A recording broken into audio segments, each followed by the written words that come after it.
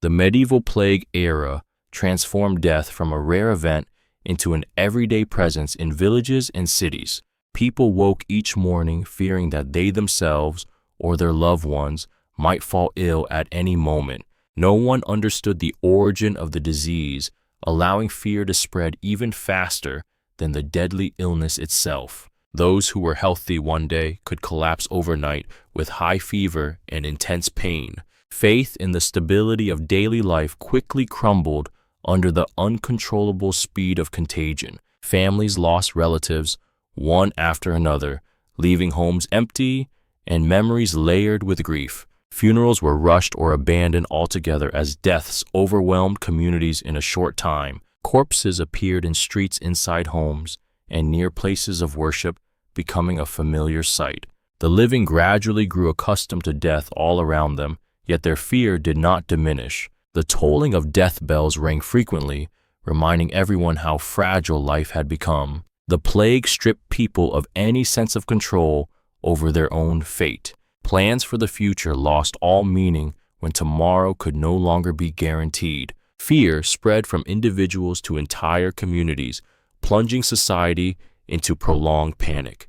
People grew wary of one another, fearing that close contact carried deadly infection. Family and village bonds were severely tested by the fear of contagion. Many chose self-isolation, even knowing that loneliness carried its own risks. Trust in the protective power of rulers and authorities weakened in the face of the epidemic. Fragmented responses failed to halt the steady tide of sickness and death. The plague attacked not only the body, but steadily eroded the human spirit. Life came to be measured by death counts, rather than harvests or festivals as before. Death became a common topic in conversation, prayers, and even dreams.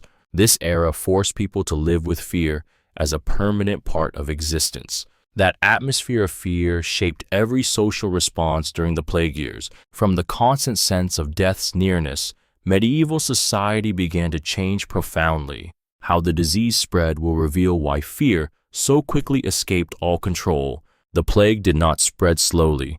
It erupted rapidly, crossing village and city boundaries in a short time. Trade routes and pilgrimage journeys inadvertently became pathways carrying the disease across Europe. People could not understand why places that had once been peaceful suddenly descended into death within just a few weeks. When a single household reported infection, the entire neighborhood quickly fell into panic. Neighbors avoided one another, shutting their doors and limiting contact, despite having been closely bonded before. Fear spread faster than any official news, amplified by rumors and imagination. Many believed that merely breathing the same air as the sick was enough to become infected. Such beliefs drove people to act on instinct rather than reason. People fled their homes carrying fear with them and unknowingly carrying the disease as well. Chaotic movements of refugees caused the plague to spread to regions previously untouched. Cities attempted to close their gates, but it was often too late to keep the disease out.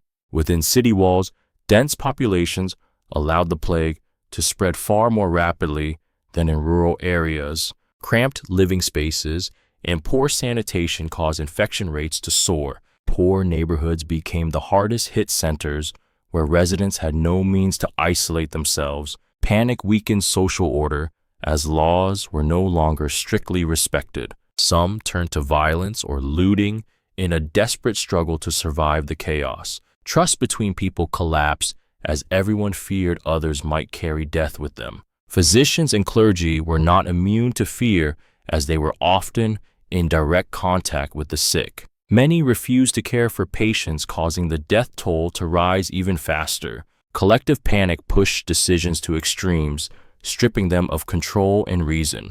The plague was therefore not only a medical catastrophe, but a profound social crisis. Its spread exposed the fragility of medieval communities. People realized that nowhere was truly safe from disease. From this wave of panic, superstitious explanations began to emerge. Fear sought refuge in sacred beliefs and supernatural interpretations.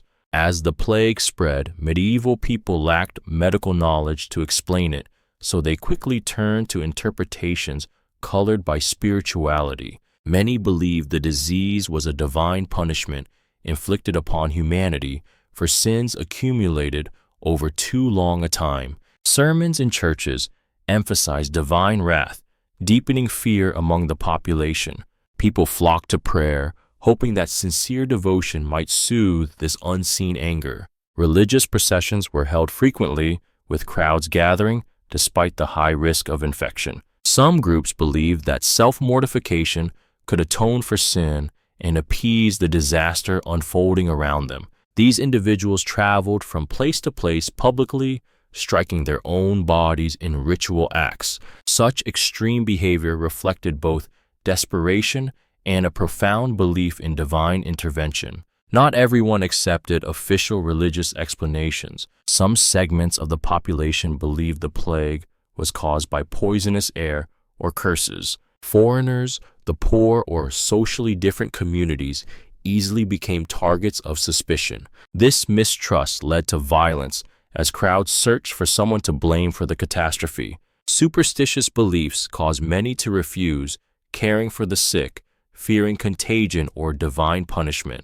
Physicians themselves became objects of suspicion as they could not cure the mysterious illness. The mixture of faith and superstition created a chaotic spiritual landscape. People wavered between hope for salvation and fear of an unseen force. The plague shook beliefs that had once seemed unshakable in society. Even the deeply religious began to question the meaning of prolonged suffering. Faith became both a source of comfort and a cause of confusion. Many rituals were performed in the hope of ending the plague quickly. When the disease did not subside, disappointment and doubt spread. Society fell into a prolonged state of pleading and despair. These interpretations of catastrophe clearly reflected the limits of contemporary knowledge. The plague not only devastated the body, but also overturned the spiritual world. From these superstitious beliefs, attention must turn to how people treated one another during the plague.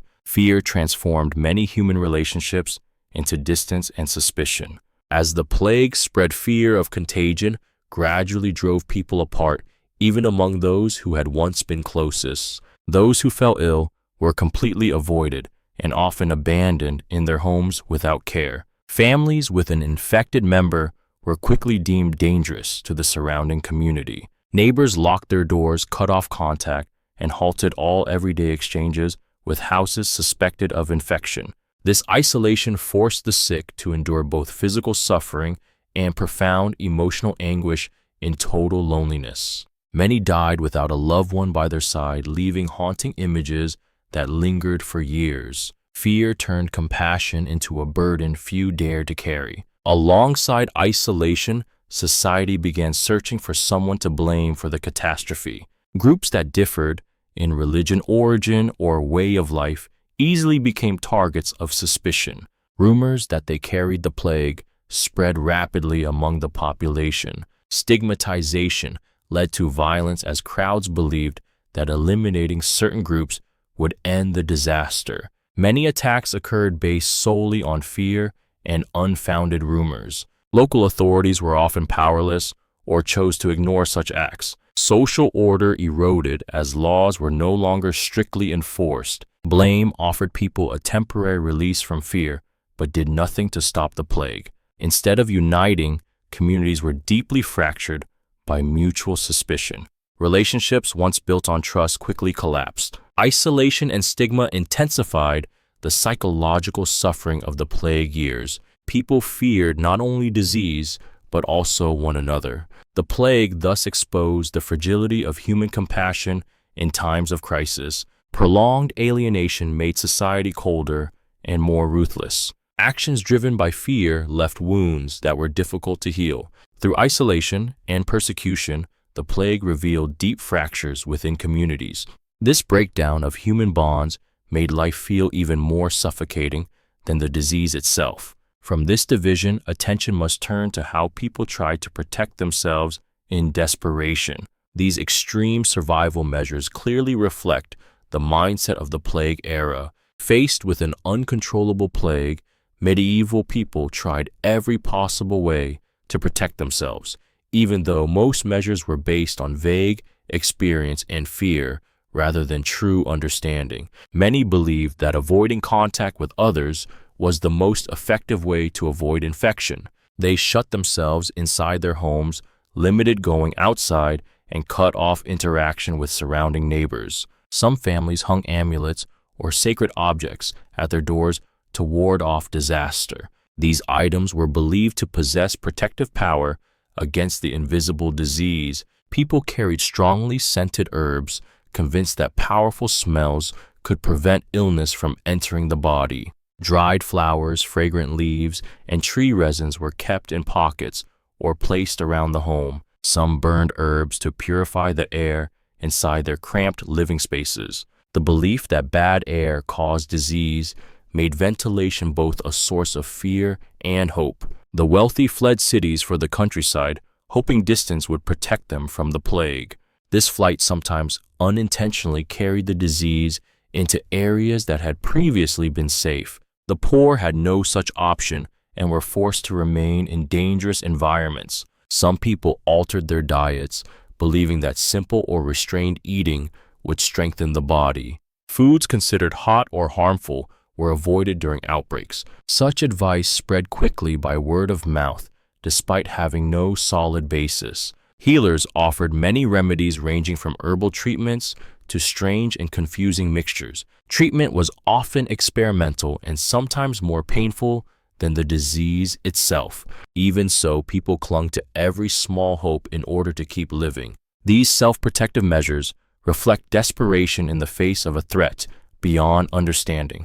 People struggled to regain a sense of control amid chaos. Not all measures were effective, but they provided temporary reassurance. The plague caused fear and hope to intertwine in every small action. Through these efforts, it becomes clear that people fought the plague more by instinct than by reason. This desperation highlights the sheer horror of the plague era. From these individual survival measures, attention must now turn to the role of medieval physicians. How they confronted the plague reveals the limits of medical knowledge in that age. During the age of the plague, physicians became fragile symbols of hope, even though medical knowledge at the time was extremely limited and largely speculative.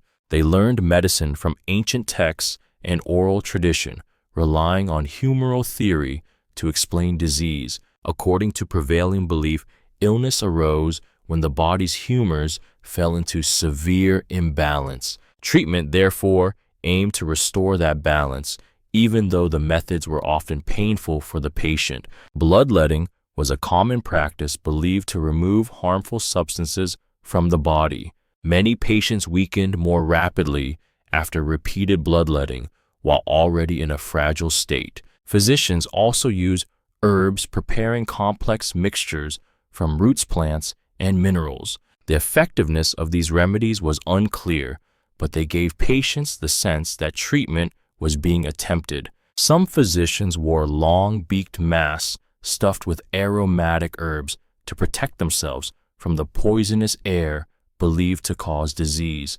This crude protective clothing reflected fear of infection more than scientific understanding. Not a few physicians fled when outbreaks erupted, seeking to preserve their own lives. Those who remained faced extreme risk as they came into direct contact with the sick every day. The constant stream of deaths undermined public confidence in physicians. Many people suspected doctors of carrying the disease or concealing the truth about the plague. Folk healers and lay practitioners also emerged, offering alluring promises of cures. The mixture of medicine, superstition, and desperation created a chaotic landscape of treatment. Patients often tried multiple remedies at once, having no reliable option to trust. Pain caused by treatment was sometimes accepted as the price of survival. Physicians thus became figures both sought after and deeply distrusted in a fearful society.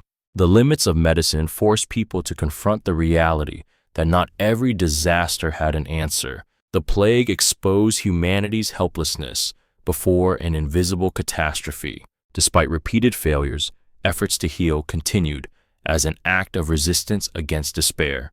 The role of the physician, therefore, carried a heavy psychological burden beyond technical skill. Through these methods of treatment, it becomes clear that medieval medicine faced a challenge far beyond its capacity. From the helplessness of medicine, attention must now turn to the impact of the plague on the economy and labor. It was this collapse that profoundly transformed the social structure of medieval society. The plague killed vast numbers of people, causing a severe and sudden decline in the labor force in both villages and cities. Fields were left uncultivated due to the lack of workers, leading to sharp drops in food production after each harvest. Landowners no longer had enough peasants to maintain agricultural output, even though the land itself remained intact. In cities, workshops closed as skilled craftsmen died or fled. Trade stagnated as markets emptied and roads became dangerous. Labor shortages drove wages sharply upward, disrupting long-standing economic structures. Survivors were suddenly able to demand better conditions, something almost unheard of before the plague. Landowners tried to maintain control through laws, but reality forced them to make concessions. The scarcity of manpower reshaped relations between laborers and the ruling classes. Many peasants left their former estates to seek higher pay elsewhere. This movement of labor weakened the traditional authority of local lords. Cities attracted people from the countryside, producing noticeable demographic shifts. The medieval economy entered a painful but unavoidable period of adjustment. Some occupations disappeared, while others became more important than ever before. Women and children entered the workforce in greater numbers to compensate for labor shortages. These changes in social roles occurred quietly, but with deep consequences. Prices of goods fluctuated sharply, creating hardship for many of the poor who survived. Economic instability persisted for many years after the plague subsided. People were forced to adapt to a world that no longer resembled life before the plague. The plague did not only kill people, it shattered the foundations of the traditional economy. Economic collapse compelled society to reorganize itself in new ways. These changes undermined the feudal order that had endured for centuries. Through its economic impact, the plague can be seen as a major turning point in medieval social history. From this upheaval in labor, attention must turn to changes in law and power. It was these transformations that shaped post-plague medieval society. After the plague, the labor shortage forced the ruling classes to confront the reality that the old order no longer functioned as before. Many lords attempted to pass laws to keep workers tied to their estates, seeking to control rapidly rising wages. Edicts restricting movement were issued, but enforcement proved difficult in a society thrown into upheaval. Surviving workers became aware of their new value and were willing to negotiate or leave places that offered low pay. Quiet resistance emerged as peasants ignored regulations and sought better opportunities elsewhere. Urban authorities were compelled to adjust taxes and regulations to prevent commerce from collapsing. Laws became more flexible, reflecting the need to adapt to prolonged labor shortages. Some cities expanded rights for craftsmen in order to sustain production. Guilds grew in importance as they defended workers' interests against employers. Feudal power weakened as lords could no longer rely on an abundance of labor to enforce control. These changes generated tension between the ruling elites and the surviving population. Many disputes arose over wages, obligations, and freedom of movement. Although repression occurred in some areas, the overall direction of change could not be fully reversed. The plague exposed the limits of power based on coercion. Small reforms accumulated over time, laying the groundwork for long-term social transformation. New laws reflected efforts to balance control with the realities of survival. Power itself had to adapt in order to endure in post-plague society. People were no longer entirely submissive as they had been before the catastrophe. Legal changes opened space for the development of individual awareness. Medieval society entered a transitional period marked by instability but also dynamism. These adjustments were uneven, differing between rural areas and cities. Nevertheless, the old order had been fractured beyond complete repair. Through changes in law and power, the plague emerges as a catalyst for social transformation. These shifts directly affected people's inner lives and mental outlook. From transformations in power, attention must turn to how people confronted fear through culture and art. These spiritual expressions clearly reflected the mood of the age of the plague.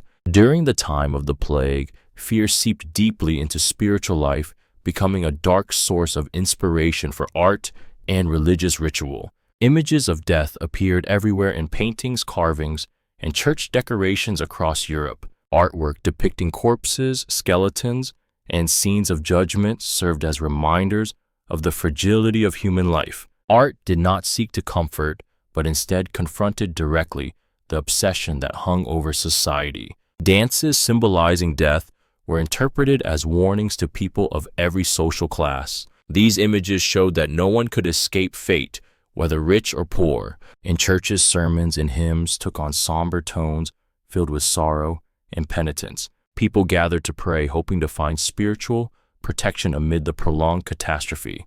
Rituals of supplication were held more frequently, sometimes replacing ordinary daily activities. The sound of bells and spoken prayers became the familiar rhythm of life during the plague. Fear drove people to sacred symbols as a way to face the presence of death. Many families hung religious images and symbols in their homes in hopes of protection. Folk art also reflected this obsession through songs and orally transmitted stories.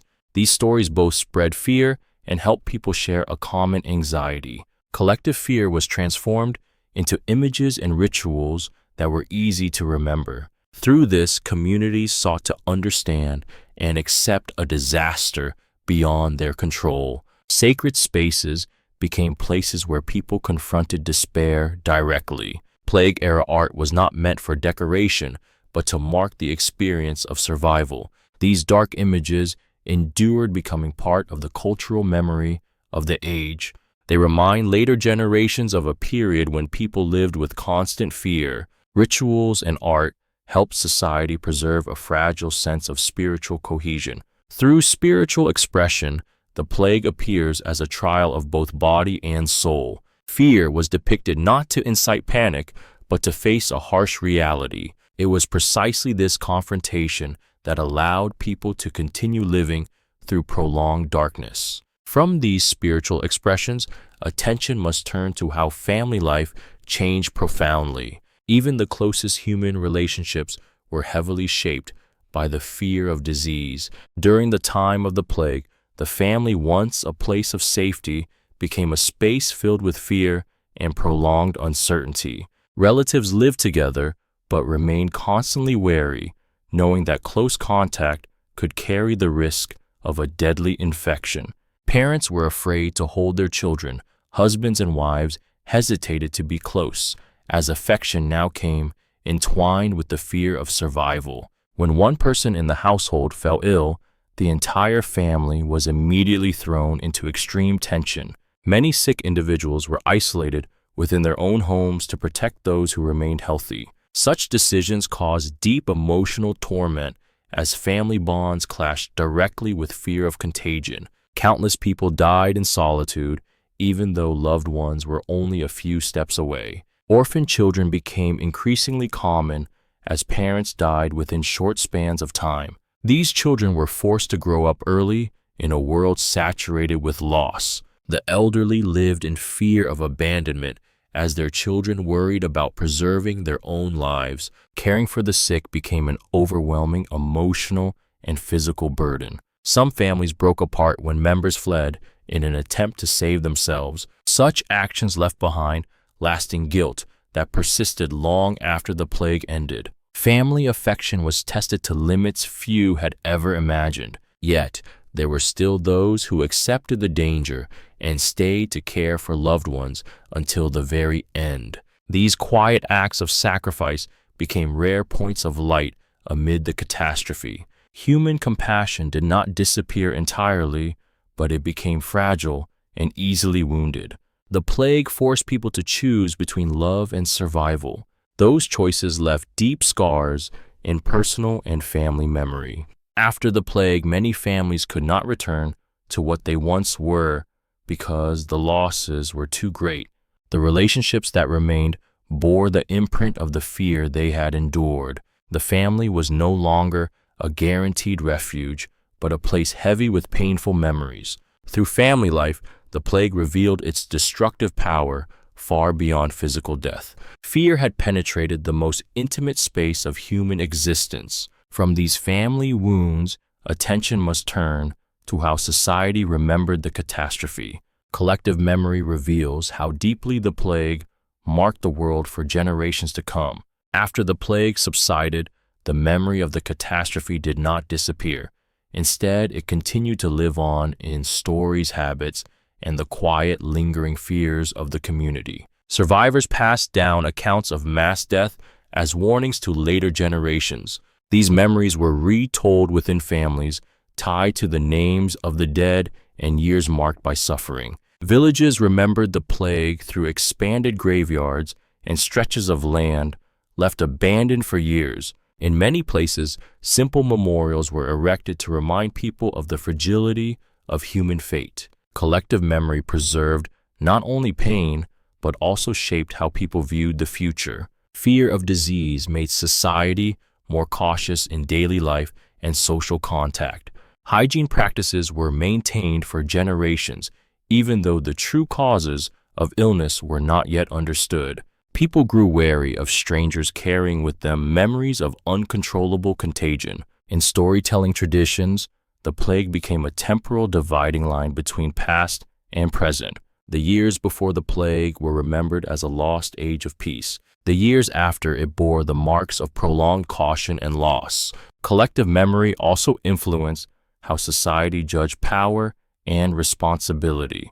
Rulers were remembered according to how they responded or failed to respond to the suffering of their people. Faith in the absolute protection of the old order was no longer intact. The plague became a lesson in the limits of human control over natural disaster. Stories of survival were cherished as proof of extraordinary human endurance. This memory was both painful and meaningful, helping communities find purpose in catastrophe. Terror was transformed into lived experience, learning how to exist alongside uncertainty. Over time, memories of the plague blended into local cultural identity. They shaped rituals, festivals, and the ways people prayed for safety and well-being. Society learned to remember in order not to repeat past complacency in the face of danger. Collective memory sustained vigilance across many generations. The plague thus became not merely a historical event, but a living memory. That memory connects a painful past to a fragile present. From the way society remembered the catastrophe, we can close with a broader view of life during the plague. The lessons of survival reveal how humanity learned to live alongside fear itself. The medieval plague was not only a deadly catastrophe, but also a survival experience deeply etched into human life. Fear became a constant emotion shaping every decision, from daily routines to social relationships. People learned to live alongside death, not through bravery, but through prolonged endurance. Each passing day carried a sense of uncertainty as the future was no longer guaranteed. Life was valued more deeply, yet it also became fragile and easily lost. The plague forced society to confront the limits of human knowledge and power. No one truly controlled the disaster, neither physicians, clergy, nor lords. Absolute faith in the old order was shattered, leaving a vast spiritual void. Within that void, people searched for meaning while learning to accept their own powerlessness. Fear did not vanish when the plague receded. It lingered in memory and habit. Preventive behaviors endured as survival reflexes passed down through generations. Families, communities, and society carried psychological scars that were hard to erase. The plague left a bitter lesson about the fragility of collective life. People came to realize that survival depended on forces far beyond individual will. Yet within fear, society's capacity to adapt became strikingly clear. Survivors reorganized their lives, rebuilding communities from ruin. This transformation did not happen quickly, but unfolded over many generations. The plague became a historical divide in how people understood life and death. Living amid fear profoundly shaped the medieval mindset. Fear was not merely an emotion, but the mental environment in which people existed. Through the plague, society learned to remember, to remain vigilant, and to adapt. Painful memories became the foundation for long-term change. Life during the plague was not a heroic tale, but a story of endurance. That endurance revealed the remarkable resilience of medieval people. Living in fear, they continued to survive, to work, and to hold on to fragile hope. And from this experience, the plague left a deep legacy in how humanity confronts catastrophe.